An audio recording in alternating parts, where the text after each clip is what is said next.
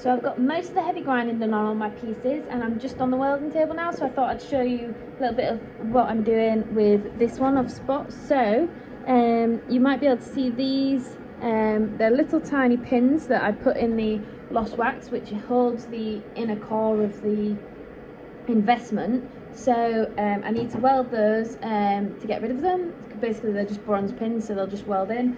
And then I need to mount on little spots fins, so I know what I've done with it. Here it is. So yeah, I'm going to tack this on in place and weld it on. So yeah, I'll show you.